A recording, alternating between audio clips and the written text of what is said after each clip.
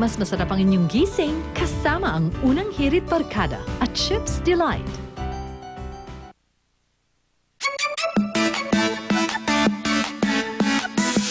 Ano ko ng mga balitang bumabandera ngayon sa mga pahayagan at news website? Sa Business Mirror, inflation o ang pagtaas ng presyo ng mga bilihin, inaasahang mabilis na papalo ngayong buwan ayon sa Bangko Sentral ng Pilipinas. Ang kanilang tansya mula 3.8% hanggang 4.7%. Ang nakikitang dahilan ng BSP, ang sunod-sunod na pagtaas ng singil sa matrikula, presyo ng pagkain at mga produktong petrolyo. Sa Daily Tribune, may systemic cheating daw na nangyari noong nagdaang eleksyon pero sa local races lang ayon kay House Committee Chairman on Suffrage and Electoral Reform Steady Boy Locsin. Kaya naman, posibleng harangin ang poll automation sa taong 2013 kung hindi mareresolba ng COMELEC ang mga issue kaugnay ng dayaan. Hindi pa makapagbigay ng reaksyon ang COMELEC dahil hindi pa umuno nito natatanggap ang kopya ng committee report. Sa GMAnews.tv, mga kilalang empleyado o tauhan ng pamilya Ampatuan ang ilan sa mga bumaril sa mga biktima ng Maguindanao Massacre. Ayon kay Attorney Harry Roque, ang pahayag na yan ay galing kay Jessie, ang nagpakilalang isa sa mga gunman din sa krimen. Dapat tetestigo si Jessie pero isang araw bago ito nakatakdang magpunta ng Maynila, siya'y pinatay. Hindi na pinangalanan muna ni Roque ang 4 daw na suspect. At yan ang mga banner stories ngayong araw ng Martes. Okay, ilang araw na rin laman ng balita ang turuan at sisihan kaugnay ng pagkamatay ng isa sa posibleng saksi sa Maguindanao Massacre, si Swaib Upham alias Jessie. Sino man ang dapat sisihin, narito ang malinaw, posibleng makaapekto kaya ito sa paglitaw ng iba pang posibleng may alam dyan sa Maguindanao Massacre at maging saksi din sa krimen. Posible pa bang makamit ang hustisya sa ganitong takbo ng investigasyon? Yan po ating tatalakayin. Kasama po ating President. Kala ko President. Kasama ating resident analyst si Professor Winnie Monsod. Mars, good morning! Good morning, Igan. Good morning, mga kapuso. Nagulat din ako, nabalitaan ko to. Sino ba dapat magbigay ng security sa kanya? Nagalit ako.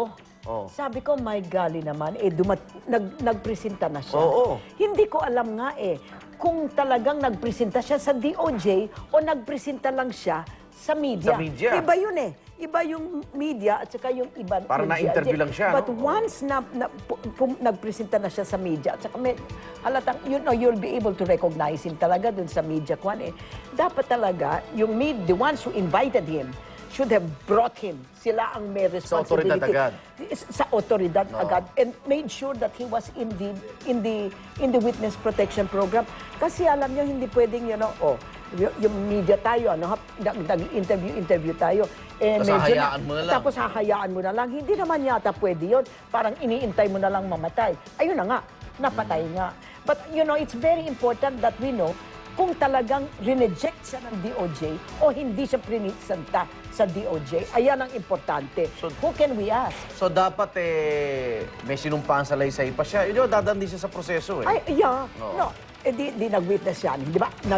Nagsalita siya sa media.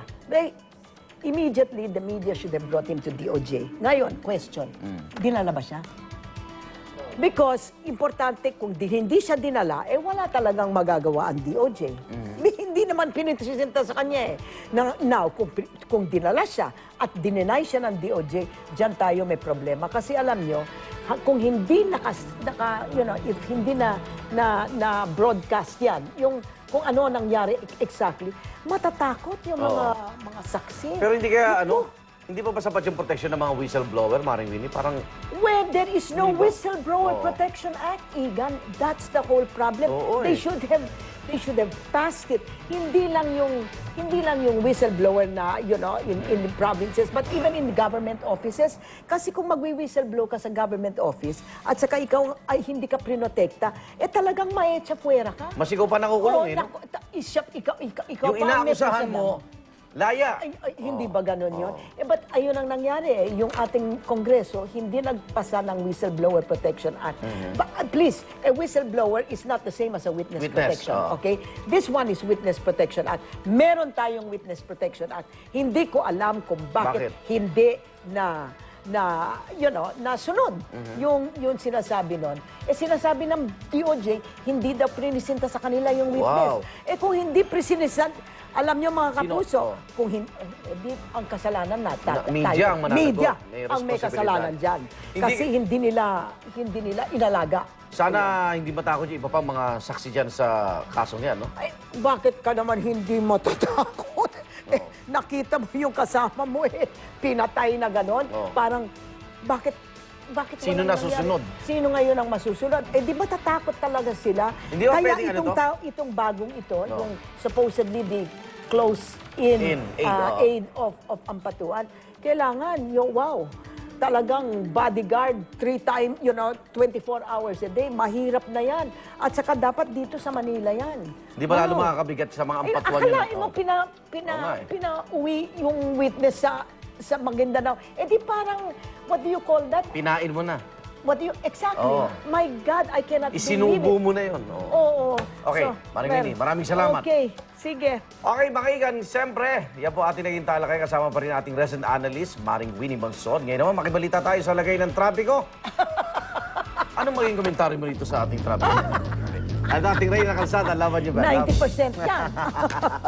Love!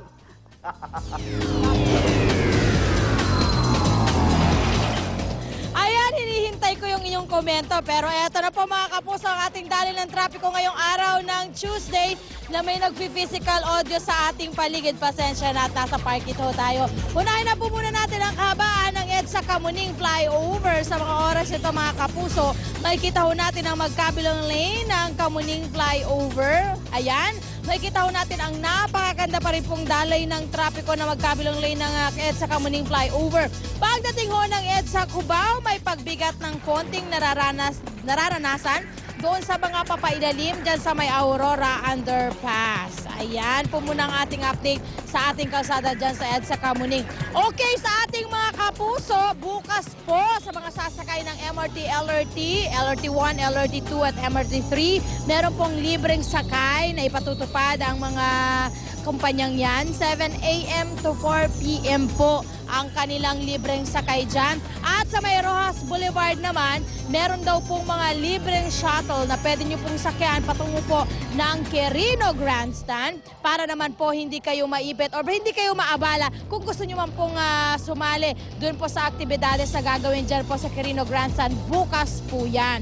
Mamaya naman mga kapuso, ibibigay ko po sa inyo ang mga alternatibong ruta na pwede ninyong daanan para naman hindi kayo maipit sa kalsada. Bukas din po para sa pagpasinaya doon po sa ating inaugural ceremony dyan po sa Quirino Grandstand. At yan po muna ang aking update sa ating mga kalsada sa Metro Manila. Ako po nag-isang Reyna ng Kalsada. Love you, bears! Mahal and everything! And sayawan natin ang morning! Eto na po ang mga nagbabagong balita sa unang balita. Tutok na!